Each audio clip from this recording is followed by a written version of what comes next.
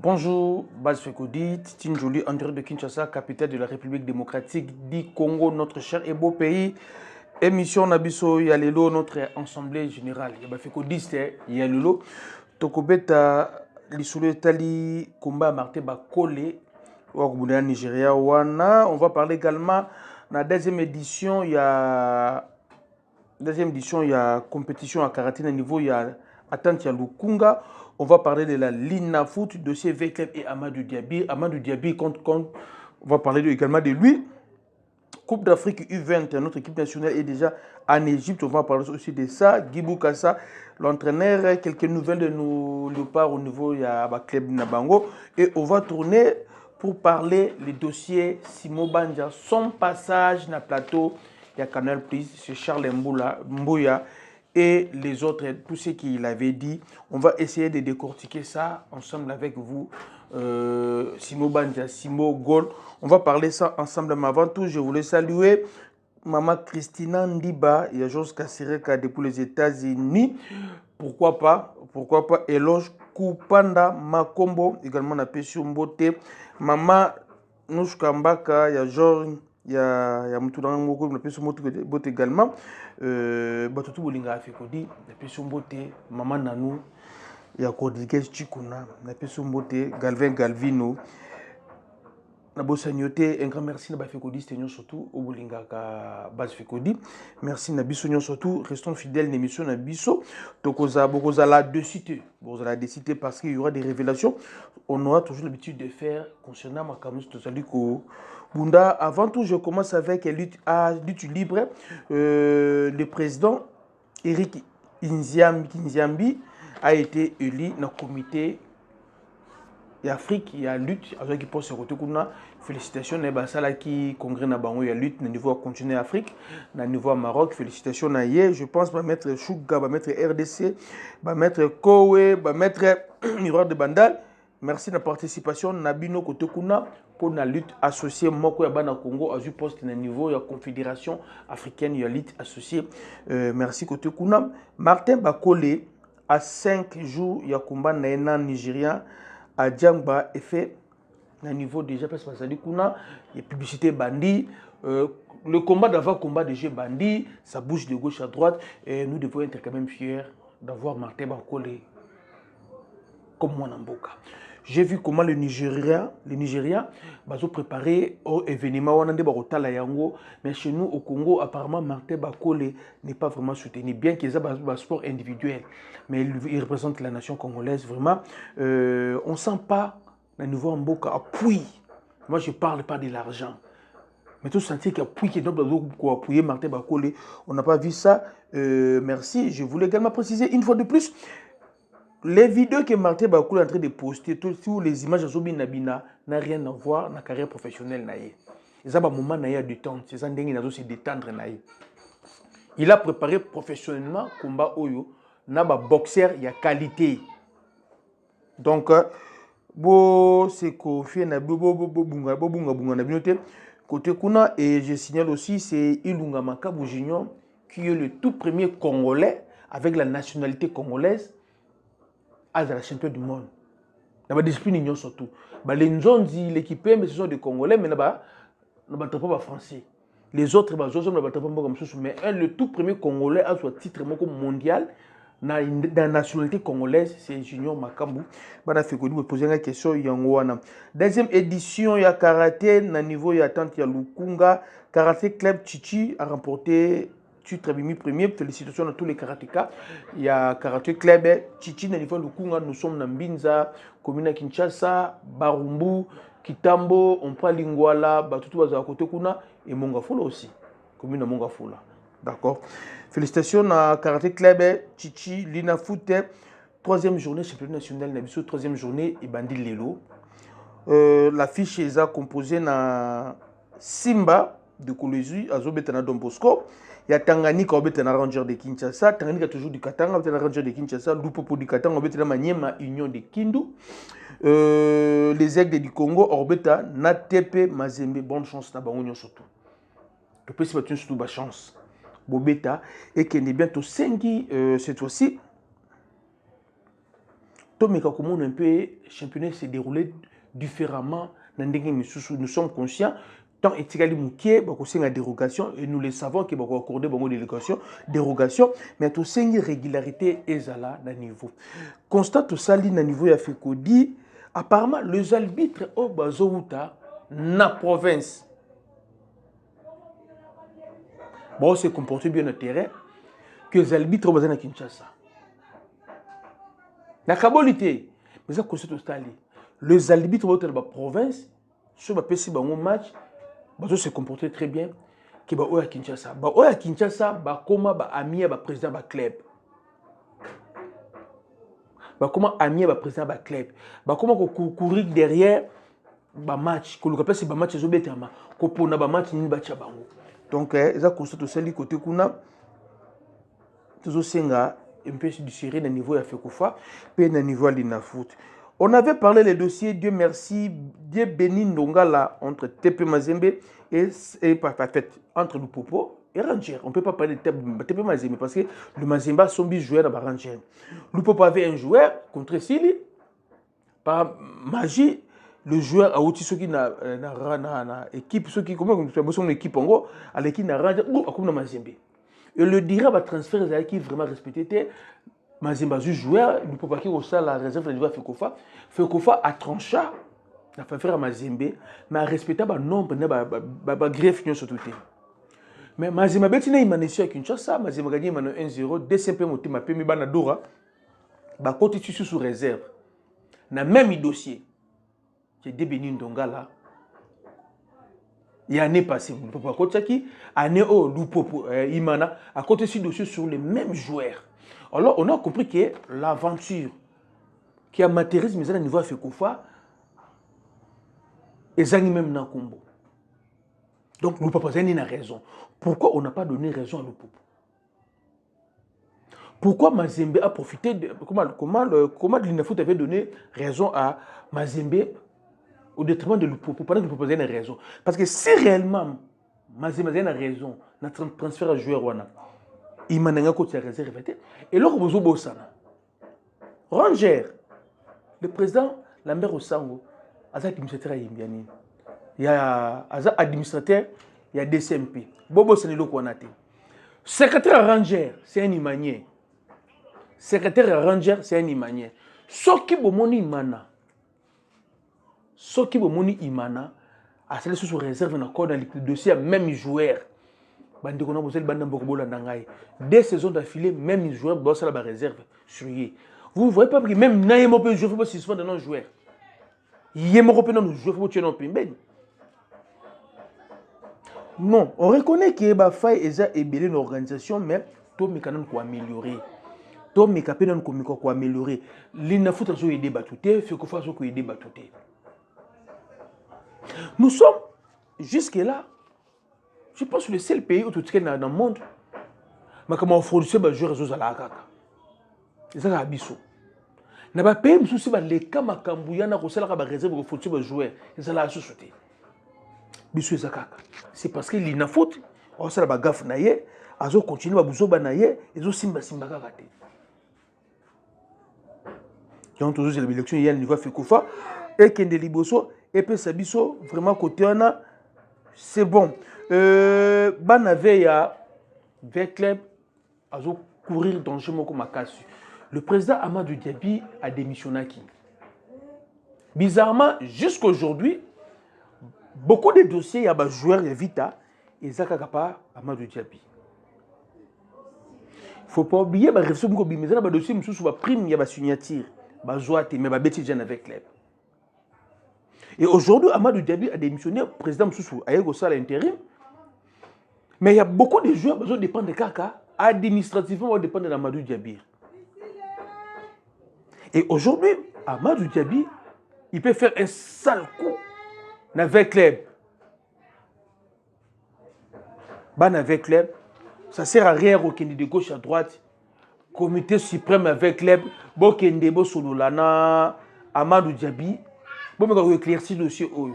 Parce que ceux qui sont joueurs Oyo, ba kei na façon oyo zo linga ba kendele Tant que na FIFA na niveau à CAF pour porter avec club, fait club dans sous pénalité faut 1 million ba nini ça va encore pénaliser avec club. Président Amadou Diaby na fait que tu bisaka yo ba les musique té. Ba les musique té. Le football a ses réalités. Ça demande la musique té. La musique joue comment on appelle ça musicien azala na salaire té. So peut se cacher ba bête ba le qui mais le football est ça bon côté. Au moins, la pression qu'on trouve dans la musique et la pression qu'on trouve dans la balle et kokanité. Dans la balle, il y a des gens qui s'approprient l'équipe. S'approprient l'équipe, l'équipe Nabiso. Dans la musique, ce sont des mélomanes et des fans. Dans la musique, il y a le président Lomboa Zate. Mais dans la balle, les supporters, ils sont le président. Ban avec club bokende bo solola na Amadou Diaby bo solola avant pire coma. Merci vraiment côté kuna David Mouteba. Et puis si merci na base Fekodi na niveau ya Angola nous supposons landanga en ce moment de part U20 et RDC l'équipe est déjà à niveau ya Égypte.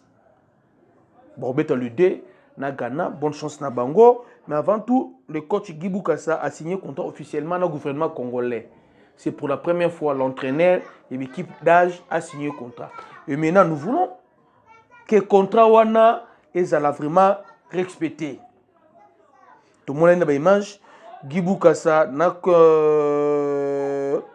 ministre de tutelle, Didier Boudimbu, a signé un contrat, mais aussi un contrat vraiment respecté.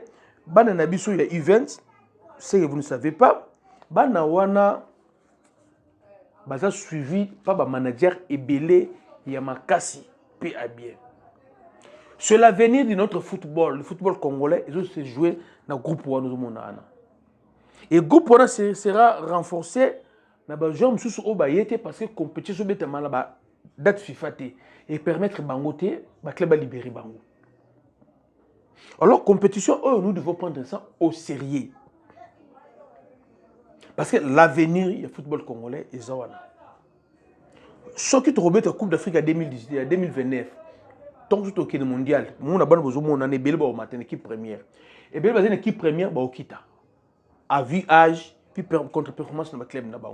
Alors, toujours, c'est un dirigeant du football congolais. Et c'est un peu cette fois-ci de mettre du sérieux dans la compétition. Bon, nous sommes kaka boye. Vous comprenez? Bazala kaka botika bango, botiki bango. Tant que nous avons la phase de poule, comme on a demi-finale, il y a un message de soutien bandi. Vous comprenez David? Un message de soutien et bandi, pour soutenir bango, allez, oh, avion ya va fretter avion, ba kene kolanda banda côté kuna. Tant que fretter avion, on peut ba kene côté kuna, okoma kuna pe bomo tia basi na bino. Bamakangu na bino na ba commerçant. Ba vrai animateur. Ba to ko yemba na stade. Ba okendete. Il y a aussi un dossier au photo de bas. Photo de là. La comment génération il vient tous na bango, c'est trésor mininga. Muta sala moi mingi. L'équipe jusque là trésor mininga azaka écarté. Toye baraté a sala nini ya mabe. Pose à l'écarter. Tu comprendras tilelo. Même yemo be trésor mininga tilelo aye baraté le quoi sale pour écarter. Façon de faire là tout le monde en clair ne va faire quoi. Il peut te dénoncer en tilelo. Vraiment merci, on évolue avec notre émission. On évolue Cédric Bakambu il a repris l'entraînement d'ensemble d'une équipe naïe, la demi-finale, il y a conférence Ligue. Je disais, Wan Bissaka, dans la sortie médiatique de Sali, il a reconnu qu'il reçoit beaucoup de messages au Congo, pas les Congolais, où il est une équipe nationale. Et il a dit, dans le mois de championnat de Minesilia, dans le mois de juin, à Osana Kinshasa, il ne faut pas oublier que Bissaka a un projet naïe au centre de formation. Si à son baki m'a belé naïe, au Rosal et la centre naïe, côté Kuna, merci. On va parler maintenant. Passage à Simon Banja, na plateau. il y a, comment on appelle ça, le plateau à Canal Plus, Papa Charles Mbouya. Si vous il a parlé carrière naïe, saison naïe, Oyo, il a parlé également na équipe nationale Makambu et l'équipe Ezapé Zakuleka, Ndengenini, merci. On a posé la question sur Fiston Kalala, Maël Bezarocha, il pense à lui qu'il n'a rien de spiritualité, c'est juste que c'est un renard de surface. Alors, Bino Batoulo Barmarma Kindo, qui vont Fiston Kalala, va conclure Bino, mais il a soulevé un point. Au biso na niveau RDSP niveau Fekodi to retenir un peu tout ça lango. Il a dit lui comme avant centre na style na ye alinga ko beta a gardaka ballon pe a combinaka.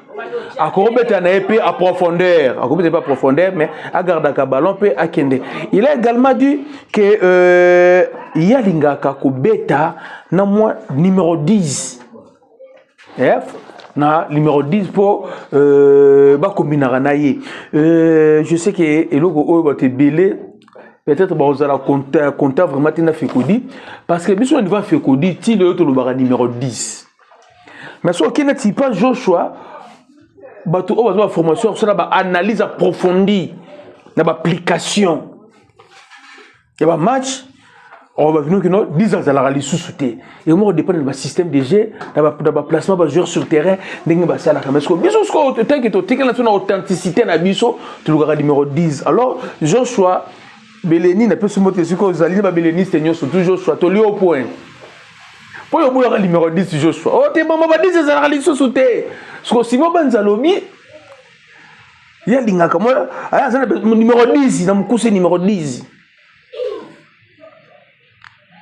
Et l'Europe et ça là qu'une équipe nationale nabiso va centre nabiso batia babité bataka nabiso base la reformer la position à bien c'est parce que animation offensive et ça la raté mutu a ko so ballon na sia matisi la bango numéro 10 peu importe système de jeu to ko beaucoup bet équipe bon to bet bon 3 5D 4-4-D 4-3-3 ata botier 3-1-4-1 liboso de bon tchaba les joueurs disposition surtout on a besoin il y a meneur de jeu peu importe place pour hôtel misaïe na terrain on a besoin d'un meneur de jeu c'est ce que nous appelons le numéro 10 vous comprenez un meneur de jeu de tout koluka maintenant biso sur une équipe nationale na biso na RDC hormis Kakuta.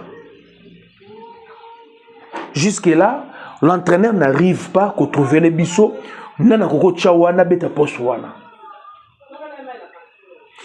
Autant avec Edo Kaembe, tu bricolé, qu'on se dise quand même la vérité. Pourquoi je dis toujours bricolé? Parce que Kaembe, Nassima Naye, ne club Naye, Soubachi, na rôle au joueur, oh, abeta Nassima, net numéro 8. Yaya azalaka maestro petuana anglais na majo balula balula et c'est lui qui organise les jeux et Kaeme il est là seulement pour ça la pour entre milieu du terrain une attaque puis mettre des touches mais maintenant nous on a Moutousami et puis quelques sont des mécaniciens qui ne sont pas des maestros aujourd'hui ce qu'on lui connaît là-bas aujourd'hui numéro 10. Et le numéro 10, là, on va prendre là, il sera obligé à organiser un jeu. Or, dans organiser un jeu, il faut son racisme. Or, dans le football, il faut être Lionel Messi, petit le Gavi, Rodrigo, Bongo, Pedri, on a talent qui ont organisé un jeu, on construit une équipe dans la C, on traverse le terrain mobimba au Kende. Quoi, il mettait sous attaque. Sans quoi, c'est compliqué. C'est compliqué. Ce que Banza a dit, comme pas souffrir l'équipe nationale. Ce que Banza a dit, il y a même essayé de souffrir l'équipe nationale. Ce que Banza a dit, même Kalala, remarquez Kalala Babia Tchaka. Kalala a vraiment servi. Comme c'est un renard de surface, à ça la contrôle frappe. Contrôle frappe, c'est ça Kalala. Kalala a contrôle frappe.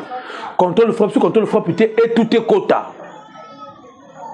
Parce que quand le soit basé là, appelle. On peut se balancer à la tête. Soit Zeli, Batile, ou le ballon au trésor barino, équerre, lat. passe entre des défenseurs. Les relatés. Mais non. Est-ce que dans la RDC, on n'a pas des joueurs qui ont un profil ouana? Biso niveau fait Cody. Tout ça la banquette na biso, on a trouvé que non. Oui. D'ailleurs, c'est ça l'authenticité du football congolais. Il faut mailler sur moi la balula. On peut remonter même dans le temps. Botala ba match oyo pour tout trésor abeta na bakambu na Léopard. Botala ba match. Botala ba match oyo Chabani abeta na Matumo na Zola na Léopard. Botala ba match oyo bakambu abeta na Paul José Mpoku na Léopard. Vous verrez qu'on a des joueurs, on a un profil wana, il y a le numéro 10, tozana bango. Des joueurs qui sont capables de quoi alimenter ligne d'attaque na biso bazana bango. Mais sur l'entraîneur, la philosophie et le système de jeu a décidé autrement. Je peux citer Grady Diangana, Aro Salango, poste wana, Warren Bondo. Sont les points au Sala, Warel Bondo, on a Paris Magoma, à Corbetanino, parce que surtout, en fait, on prend José Mpoku, un bon 10, avec tout ce qu'il a comme expérience. Qui peut douter de la qualité de José Mpoku? Un bon tireur de coups francs, un bon organisateur de jeu, un bon dribbleur et un bon passeur. José Mpoku, il est toujours actif, âgé Mati, mais il peut faire ça. José Mpoku. Paul José Mpoku peut faire ça. On a également le jeune Métine Silou, autrefois qui appelé l'équipe nationale il y a Brésil. On avait un event de club à Liberté, Métine Silou, c'est un bon 10. Un bon 10. Juste Kaka, à sa équipe nationale, match volume de jeunes, à Kosalango, Métine Silou, on a Paris Magoma, il peut faire ça, on a Warren Bondo, il peut faire ça, on a Grady Diangana également qui peut faire ça. Les numéros 10 que nous cherchons, il faut Azala, meneur de jeu. Tout le monde va mettre jouer. Il faut se charger un match. Il faut revendre sa tempo. Lorsqu'on parle de tempo, ça veut dire quoi? On peut avoir le ballon à terrain, équipe a besoin d'un ballon, mais vous taquez n'a pété. Tempo. Vous gérer. C'est lui qui peut donner. Timing ya ko attaquer qui ne tomber ta boué na mouvement sur la salimba moko toi attaquer. C'est lui aussi lorsqu'il y a zongi mutana na simane witi pour zonga va permettre que non de na bangol latéral droit na latéral gauche ba matu moi likolo 4 na 5 ba fongwami 6 athlètes na mo katikati na bangwana 8 zongi moi sima 6 na 8 ba combiner tout 6 na 8 ba combiner 8 à combiner na 4 à combiner na 5. Donc balazo comme pas na yé batielier 10. Do na poto ba diversaire. Donc ce qui a balou qui a tali. Ka ko na gauche, toi ko na droite, toi ko ko percer moko, toi ko ça passe à moulai. Parce que joueur ou un autre zone kane yo na meto na bango, donc là ba film ko pululu, ba ko sala. Maintenant le combre qui l'équipe nationale na biso c'est l'entraîneur qui décide autrement. Le football que nous voulons jouer en équipe nationale, comme j'avais dit l'autre fois, ils ont été amatés parce que casting et salama bien été. N'a choix d'entraîneur.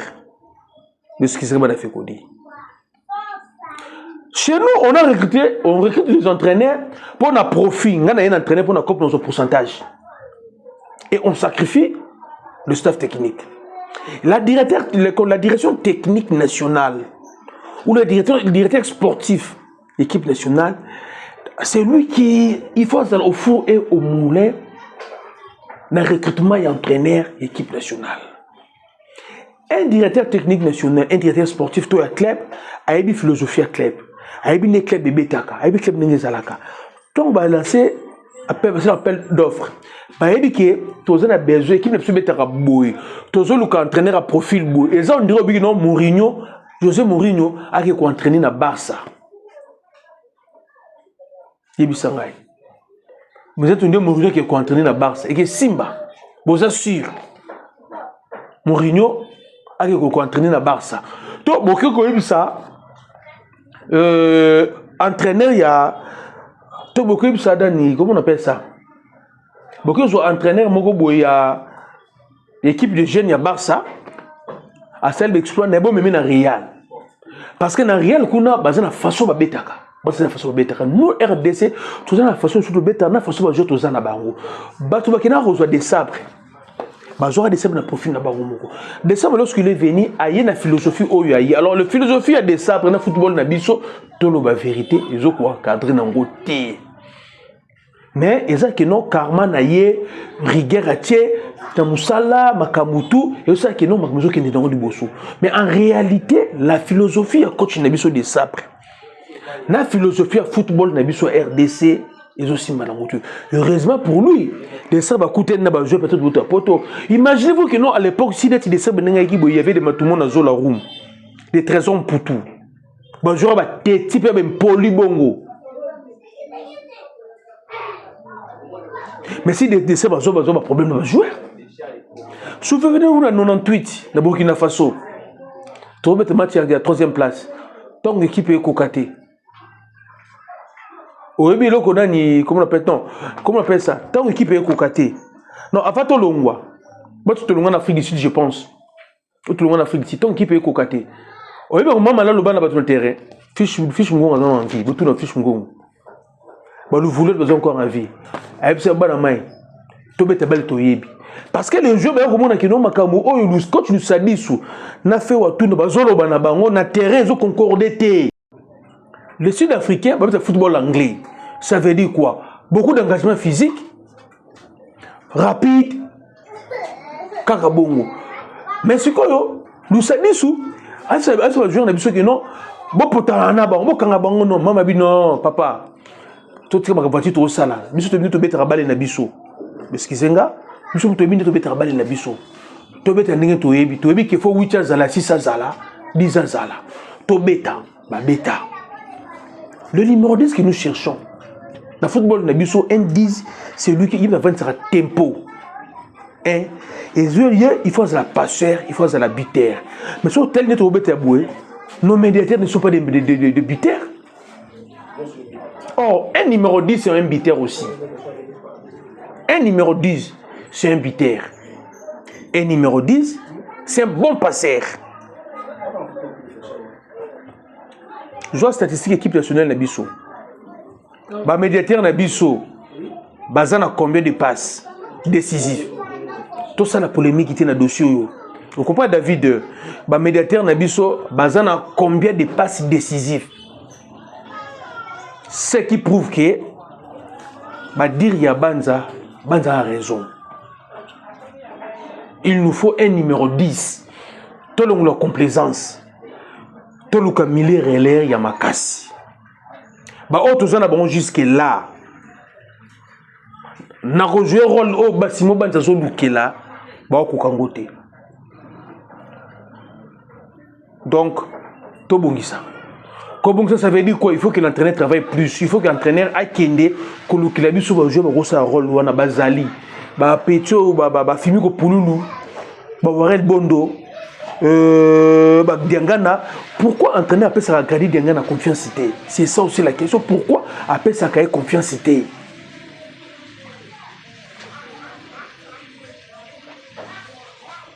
Notre football n'a pas génération tout où est le cas. Je pense c'est la seule génération où tout la manière de GT. Dans le but que nous avons contre des sapes, on a pas de vérité. C'est la seule génération où tout la manière de GT. Avant de Sabaya, tant tout a Hector Cooper, tout a Bastien. Bastien le rôle qu'il jouait. Ton nom c'est la langue parce que on est dans la 4-4-2 et c'est l'entraîneur qui lui disait de dire ça. Mais Adbana qui vous a impliqué dans la balle belé. Sauf qu'il y a notre la maîtrise à tempo. Sur le Ngolier, aujourd'hui on avait déjà Kakuta. Aujourd'hui Ibenge, nous ne sommes pas 10. Les gens qui critiquaient Ibenge. Il y a 10. Sur le vous verrez que nous avons des biso Tu auras toujours besoin numéro 10. La balle, tu betaka.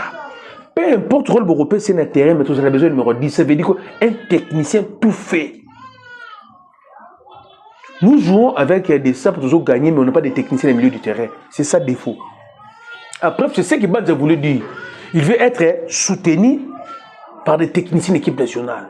Comme lui-même l'a dit que non, il y a un Kangabale à combiner. Ça veut dire, sur un ballon face au Dobi, il peut donner le numéro 10, le temps qu'il y a Fongwama, le numéro 10 à Lukiye. C'est ça. Donc, ce qu'il faut retenir aujourd'hui, par rapport à la plainte de Simo Banza, Banza a raison, notre équipe nationale, notre football congolais est Beta Marana numéro 10. Et depuis que Sabraya, tout le monde a reçu mon numéro 10. Mais jusque-là, Desabre n'a pas réussi à recruter un bon technicien, maître joueur milieu du terrain. C'est plus. Numéro 6, on va convertir au numéro 8, on va convertir au numéro 10. Mais joueur formé comme numéro 10, jusqu'à dans des joueurs bisouétés. Mais Bazan a bon belé. Je citais, on peut faire recours à Paul José pour jusqu'à aujourd'hui. On peut faire venir Metino Silou, on peut faire venir également Paris Magoma, on peut faire venir Warren Bondo Gradi Diangan, tu peux faire confiance. Tel Kakuta Azan en France, je pense que le nom de Turquie, dans le club Naye, Kakuta, Baïbaki, passeport. En voiture. Il faut signaler également avec club Danger Zali sur le plan administratif entre avec club na Batounaï. Merci, bye.